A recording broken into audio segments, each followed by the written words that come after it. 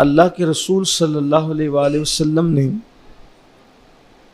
फरमाया कि हलाल रोज़ी का तलब करना हर मुसलमान पे फ़र्ज़ है।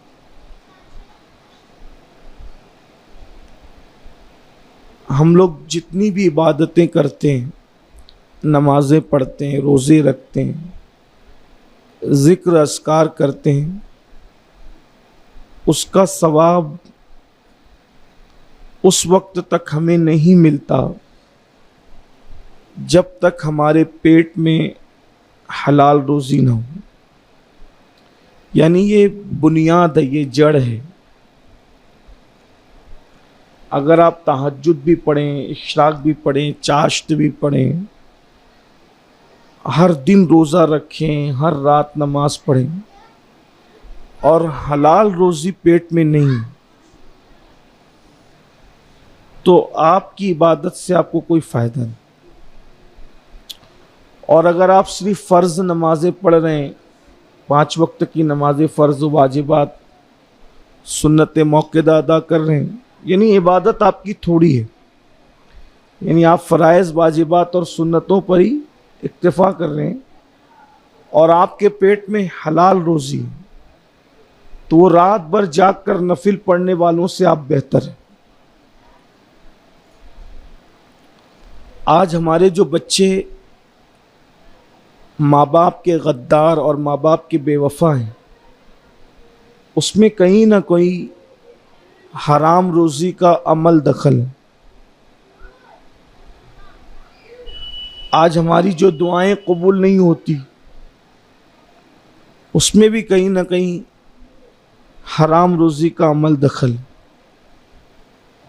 एक आम मुसलमान जिसकी उम्र 60 साल से ऊपर की हो, आप उनसे पूछना कि पहले जब मालेगांव में यानी बारिश बंद हो जाती थी, तो लोग जब बारिश के लिए दुआ करने जाते थे तो भीगते हुए वापस आते थे।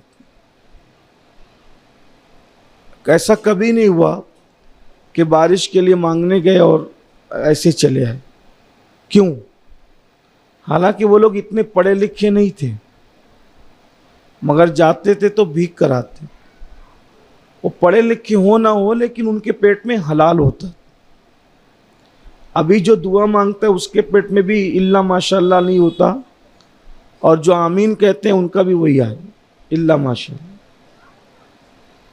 यानी मैं सिर्फ आप लोग की बात नहीं कर रहा हूं, मैं हम लोगों की बात कर रहा हूं। यानी इतना गैर मोहतात मामला हो गया हम लोगों का भी कि जिसके यहाँ जा रहे खा रहे हैं, उसके यहाँ जा रहे चाय पी रहे हैं, उसके यहाँ, यानी देखते ही नहीं कि हलाल है कि हराम। हाँ चले ठीक है, अगर कोई गलत जगह चले गए, आपको नहीं मालूम है तो अलग बात है। जब मुझे मालूम है कि इसका धंधा सही नहीं है तो मैंने नहीं खाया, ख़ास तौर पे तो जिम्मेदार लोग। और आजकल तो किसी के भी यहाँ जाने बड़ा डर लगता, इसलिए कि झूठ बोलकर कमा रहे हैं, इल्ला माशाअल्लाह। इन्हीं झूठ बोलना तो गुनाह रह ही नहीं गया लोगों की नज़र में। मिलावट करके कमा रहे हैं। इसी तरह से चोरी भी हो रही है, रिश्वत भी ली जा रही है, नशावर चीज़ें भी बेची जा रही है, सूद के धंधे भी जारी हैं। और ये सारे काम जो कर रहे थे कल तक मर्द कर रहे थे, अब गफलत का और बेबाकी का ये हाल है कि बचत गट के नाम पर अब हमारी घर की औरतें भी सूद में मुब्तला हो रही। अब आप बताएं, कहाँ रह गए रमज़ान शरीफ के रोज़े, और कहाँ रह गई हमारी नमाजें, और कहाँ रह गई हमारी बातें। इस्लाम दुश्मन ताकतें ये चाहती है कि मुसलमान दाढ़ी टोपी नमाज रोज़े वाला मुसलमान रह जाए, मुसलमान अंदर वाला मुसलमान जो है वो ख़त्म हो। और आप देख लीजिए, बचत गट ने जो तूफान बदतमीजी बपा किया है उसका अंदाजा नहीं कर सकते, और ऑन माइक सारी बातें कह भी नहीं सकते। और ख़ास तौर पर हमारी उन बस्तियों को टारगेट किया जाता है जहाँ पर गरीबी का माहौल, झोपड़पट्टियों के अंदर औरतों को जमा किया जाता है। फिर कुछ औरतें ऐसी बदमाश होती हैं, मेरे जुमले तल्ख लगे तो माफ़ करना, वो दूसरी औरतों को वरगलाती है, वो सरदार बन के कि चलो चलो और पैसा मिलेगा। आप मुझे बताएं कि अगर पैसा ही सब कुछ था तो फिर ईमान और आबरू किस चीज़ का नाम है?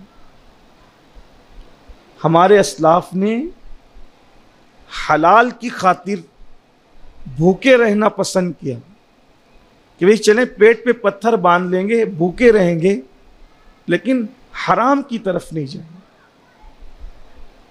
और जब तक हम अपने बच्चों को हलाल खिलाते रहे, हमारे बच्चे दीनदार रहे, अल्लाह रसूल के वफादार रहे, माँ बाप की वफादार रहे।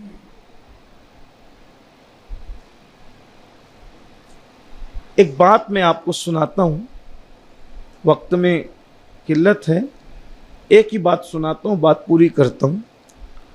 हो सके तो अपने घर जा कर के बताइए, और ऐसी औरतों से होशियार रहिए जो आपके घर की औरतों को वरगलाती है कि चलो बचत गट की तरफ और इसकी तरफ उसकी तरफ। देखिए पैसा ही सब कुछ नहीं, और अगर किसी के घर की औरत ने ये शुरू किया है तो आप जल्दी से लेके उसको ख़त्म करें। ये सूद है, हराम है, और इसके ज़रिए से औरतों को बहुत गलत गलत रास्ते पे ले जाया जा रहा है। उसका जिक्र मैं यहाँ नहीं कर सकता। बहुत सारी चीज़ें ऐसी हैं जो सच्चाई और हकीकत होने के बावजूद भी हम ऑन माइक नहीं कह सकते। इसको आपको खुद महसूस करना। बल्कि मैं तो मर्दों से कहता हूँ जिनके घर की औरतों को वो बचत गट के नाम पर मुशरिक मर्दों के पास अकेले भेज देते हैं, उनकी गैरत मर्दानगी मर कहाँ जाती। बल्कि मर्दों को चाहिए कि वो 8 घंटे की बजाय 16 घंटे मेहनत करें और इतना कमाएं कि आपके घर वाले तंगदस्त न। एक शख्स सहाबी रसूल सुबह सुबह फजर की नमाज के फौरन बाद तिजारत के लिए निकले, तो दूसरे सहाबे किराम ने अर्ज किया, रसूल इसको क्या हो गया है, इस सुबह ही सुबह बाजार जा रहा है, इतना दुनियादार, यानी इस तरह की कोई बात, इशारा।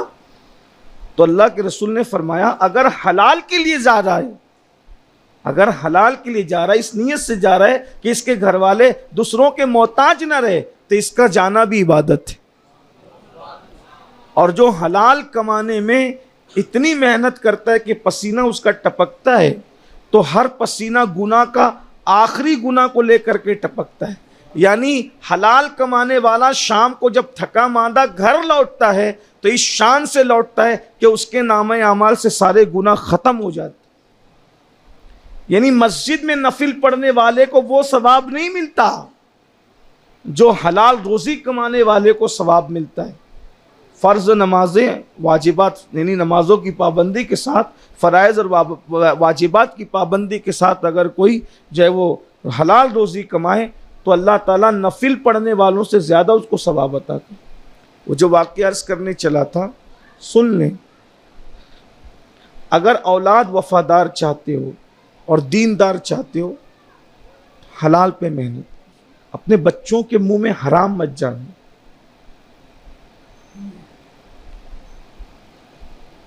किसी भी तरबियत का उतना असर नहीं पड़ता जितना हलाल लुक़मे का असर पड़ता। एक नौजवान था,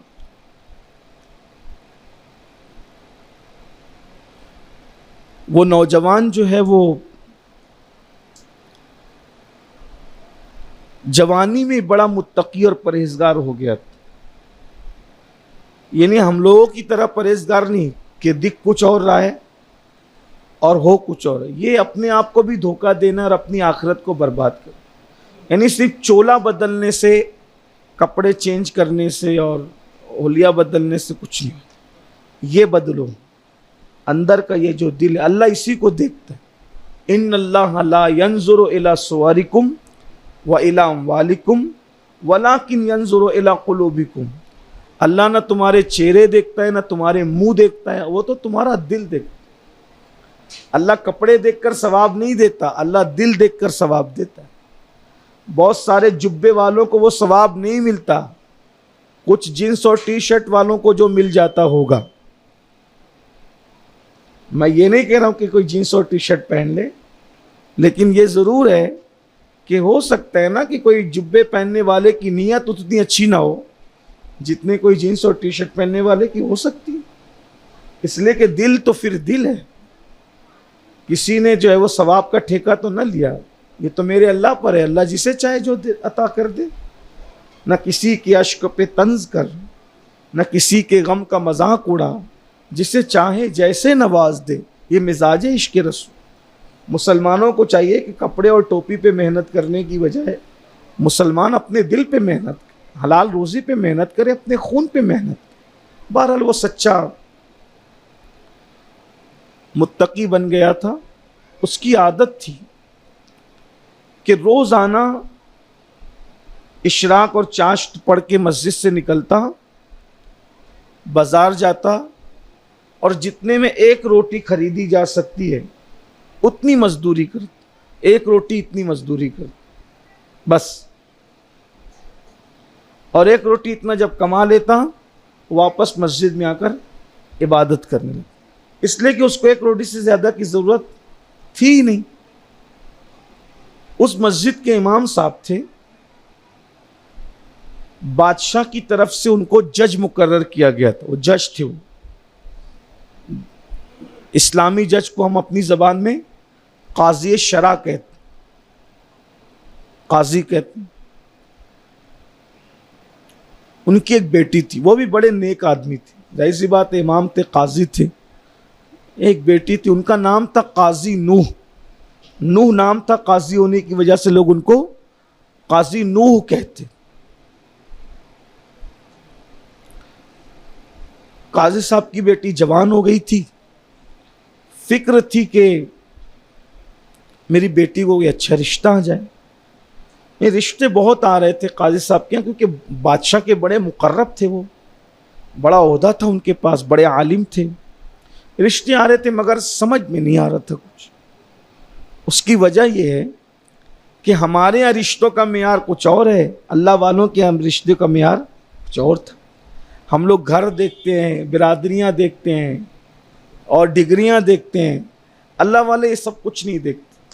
वो कहते थे घर बनते बिगड़ते रहते हैं, एक जलजला आया तो सब अंदर चला गया। घर बनते, आप खुद देख लें, आप में के कहीं ऐसे लोग हैं कि जो पहले झोपड़े में रहते थे अब बिल्डिंग में आ गए, लेकिन कुछ ऐसे भी होंगे जो बिल्डिंग में रहते थे झोपड़े में आ गए। दुनिया ही तो घर बनते बिगड़ते रहते हैं, रोजी आती जाती रहती है, दौलत आती जाती रहती है, लेकिन जो दीनदारी और शराफत है वो कभी खत्म नहीं होती, वो बढ़ती रहती। तो वो लोग दीनदारी देखते थे। वो एक दिन बैठे थे मस्जिद में, तो उन्होंने उस जवान को बुलाया, कहा बेटा इधर आओ, तुम्हारा नाम क्या है? तुम्हारा नाम? हजरत मेरा नाम मुबारक है। अच्छा, क्या करते हो? हुजूर आप तो देखते हैं चाश्त के बाद निकलता हूँ, एक रोटी इतना बाजार में जाके कमाता हूँ, बाद में आके इबादत में लग जाता हूँ कि उसकी मुझे उससे ज़्यादा की ज़रूरत नहीं है, ना मेरे माँ बाप हैं, ना बीवी बच्चे, कोई कुछ नहीं। तो कहा क्या शादी करोगे? उसने सर झुका लिया। अब उस दौर के जवान बच्चे भी ऐसे थे कि शादी के नाम पे वो शर्मा जाते। आज तो सीरियल और फिल्म देखकर हालत ये है कि शादी से पहले वो सब कुछ कर लेते हैं बच्चे कि जो शादी के बाद का जिसका तस्वुर नहीं, सब लुटा देते हैं इल्ला माशाअल्लाह। बहुत बेबाक है बच्चे आजकल, और गंदी फिल्मों ने और यूट्यूब ने और चैनलों ने तो बर्बाद कर दिया पूरे माशरे। और अभी ये हालात हैं तो आने वाले हालात क्या होंगे कोई अंदाजा नहीं किया जा सकता। छोटे छोटे बच्चे गेम खेलने के लिए और कुछ कार्टून देखने के लिए लेते हैं, वो लाशौरी तौर पे पता नहीं कहाँ कहाँ पहुँच जाते हैं। ला इलाहा इल्लल्लाह, बड़ा अजीब मामला। अल्लाह तबारक व तआला हमारी कौम पे रहम करे। हम दज्जाली निज़ाम के तहत जी रहे हैं इस वक्त। दज्जाल जब आएगा, लोगों ने दज्जाल के आने से पहले दज्जालियत ऐसी कायम कर दी है कि जो गुनाह से बच गया वो मुकद्दर का सिकंदर, बच ही नहीं सकते। घरों में, बेडरूम में, हर जगह गुनाह गुनाह गुनाह, बुराई बुराई बुराई। अल्लाह रहम फरमाए। तो उस जवान ने कहा कि हज़रत मेरी शादी तो नहीं हुई है और मुझे एक रोटी से ज़्यादा की ज़रूरत भी नहीं है। तो उन्होंने कहा शादी करोगे? उसने सर झुका लिया, कहा हज़रत मेरा तो खुद का घर भी नहीं, मेरा कुछ भी नहीं है, मुझे कौन बेटी देगा? तो आपने फरमाया मैं हूं ना, मैं बेटी दूंगा, मेरी बेटी। वो हैरान रह गए। उस जवान ने कहा हज़रत आप क्या बात कर रहे हैं? आप बादशाह के बनाए हुए काजी हो, जज हो, आपके पास माल दौलत और शान शौकत सब चीज़ें, मैं गरीब सा आदमी एक रोटी के लिए इतना कमाता हूँ, मस्जिद में गुजारा होता है, मेरा और कोई काम नहीं है। कहा नहीं, मैंने तुम्हारे तकवे की वजह से तुमको चुना है। मुझे ऐसा ही दामाद चाहिए था जो मुत्तकी और परहेजगार हो। मुझे माल दौलत से और घर बार से कुछ नहीं लेना। मेरी बेटी को परहेजगार शौहर मिले ताकि वो उसको जन्नत में ले जाने का सबब बन जाए। दुनिया तो ख़त्म होने वाली, बस। का हज़रत मखमल की चादर में टाट का पेवन कितना बुरा लगता है, ऐसा ही हो रहा आपके साथ। फरमाया वो सब मैं देख लूँगा, अगर तुमको पसंद है तो तुम तैयारी करो। तो वो सर झुका लिया उस जवान, निकाह भी हो गया।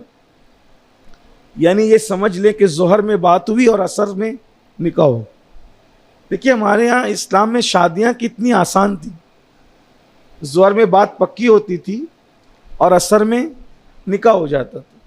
और आज 4-4, 5-5 साल तक तो सिर्फ तैयारी करने में जाती। अभी जहेज जमा हो रहा है, अभी बैंड बाजे के पैसे जमा हो रहे हैं, अभी जूता लुंगी के पैसे जमा हो रहे हैं, अभी ये हो रहा है, अभी वो हो रहा है। कहाँ है? हंसने की बात नहीं। इस्लामी शादी कहाँ है? आप बताएं, ये रोने का मकाम। यानी दीन से हमारा ताल्लुक कितना रह गया सोचिए। खुराफात खुराफात खुराफात, कोई कंट्रोल करने तैयार ही नहीं। हर आदमी अपने घर की शादी के मौके पे जो जी में आता है करता है। और लोग कहते हैं बच्चे अरमान तो निकालना पड़ेगा। ठीक है, इंसान की पहचान 2 मौक़ों पर होती है, एक खुशी के मौके पर और एक गम के मौके।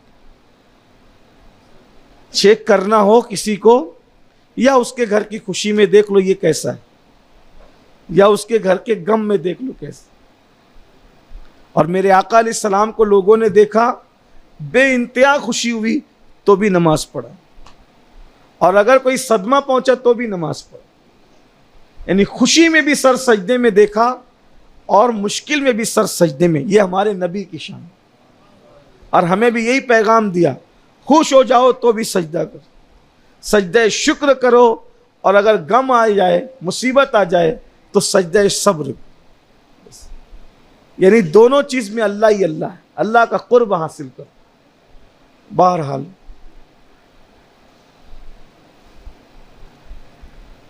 शादी हो गई। मगरिब के बाद दुल्हन को घर पहुंचाने की बात आई तो काजी साहब ने कहा कि मेरा घर है, लेने का नहीं, मैं आपके घर में नहीं रहना चाहता, मैं किराए का मकान देख चुका हूँ, मैंने किराए के मकान का इंतज़ाम करा, मैंने आपके घर पे नहीं रहना। यानी इसका मतलब यह है ससुर इतना मालदार है, दामाद इतना गरीब है, लेकिन गैरत कितनी है कि ससुराल के माल पे मैंने पलना नहीं है। और आजकल तो हाल ये है कि बीवी को धमकियां दे देकर भेजते हैं कि लेकर आनी तो बोल देना कि छोड़ देंगे, पहुंचा देंगे, ये कर देंगे, वो कर देंगे। ये सब दीन से दूरी का नतीजा। बेगैरतियां जो जितनी है ना, खुराफात, सब दीन से दूरी का नतीजा। ये सिर्फ जुमा की 2 रकात हमें मुसलमान बना देगी? जैसा मुसलमान अल्लाह रसूल देखना चाहते हैं ऐसा मुसलमान बना देगी ये 2 रकात? दीन पूरा दीन, दीन मुकम्मल निज़ाम हयात। किराए का मकान मैंने देख लिया, मैंने वहीं रहना है। बहरहाल उसमें चले गए, रात गुजरी, सुबह नमाज के लिए, फजर के लिए आए। काजी साहब ने चेहरा देखा, तजुर्बेकार लोग थे, चेहरा देख के समझ गए रात की हालत क्या होगी। बेटी से मिलने गए, बेटी से पूछा क्या हुआ? बेटी ने कहा अब्बा जान उन्होंने तो कोई बात ही नहीं की, मियाँ बीवी जैसे कोई बात ही नहीं हुई। काजी साहब को गुस्सा आया और आने के बाद कहा कि मैंने तो तेरे तकवे को देख करके तुझे मुंतखब किया था, ऐ जवान तू तो बड़ा जहरीला निकला। तूने मेरी बेटी को इस काबिल भी ना समझा कि उसके साथ तू बीवी जैसा सलूक करे शादी के बाद। ऐसा जितना डांटना था डांटा, जवान ने खामोशी से सुना। और जब काजी साहब चुप हो गए तो जवान ने कहा हजरत जब आपने उसको मेरे निकाह में दे दिया, वो मेरी बीवी हो गई, तो अब उसके हुकूक कैसे अदा करने मैं जानता हूं, लेकिन उसके लिए मुझे कुछ वक्त दरकार है। कहा क्या वक्त दरकार है? कहा असल में आप काजी हो, जज हो, और आप बादशाह के यहाँ नौकरी करते हो। बादशाह के यहाँ नौकरी करते हो तो बादशाह के यहाँ जो माल आता है उसमें हलाल और हराम की तमीज़ नहीं होती। बादशाह के यहाँ जो माल आता है उसमें हलाल और हराम में तमीज़ नहीं होती। और जो लुकमा इंसान खाता है, हदीस पाक में आता है कि उसका असर 40 दिन तक रहता है।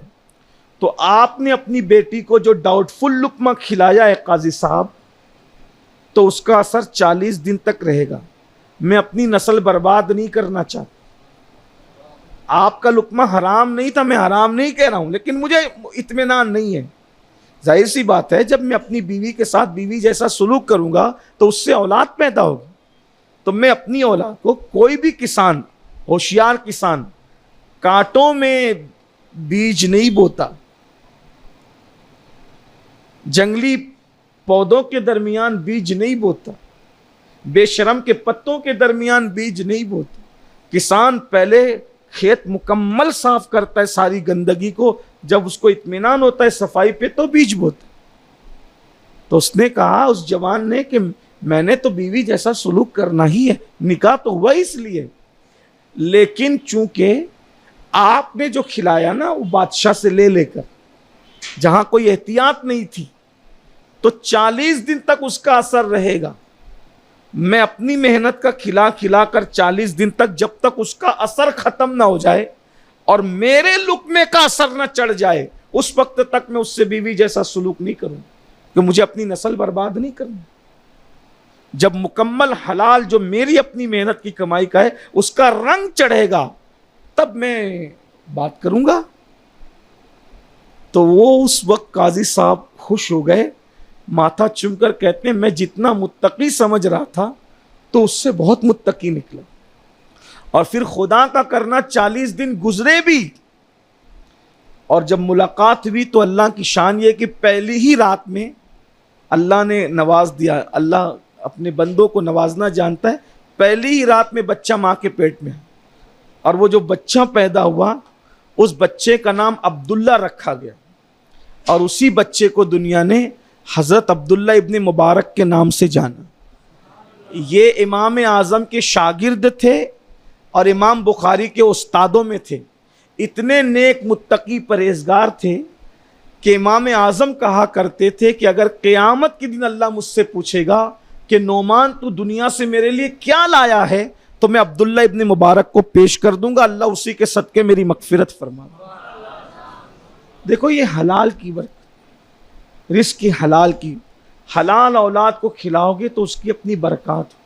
ये सब सूद है और मिलावट है, झूठ बोलकर धोखा दे के कमाना, लॉटरी जुआ, ये सब माशरे में बंद किया जाए। और ख़ास तौर पर ये बचत गट के नाम पे जो नई बला आई है, इसका मुकम्मल खात्मा। हलाल हलाल, थोड़ा खिलाओ हलाल, बच्चों को कपड़ा पेवन वाला पहना दो मगर हलाल।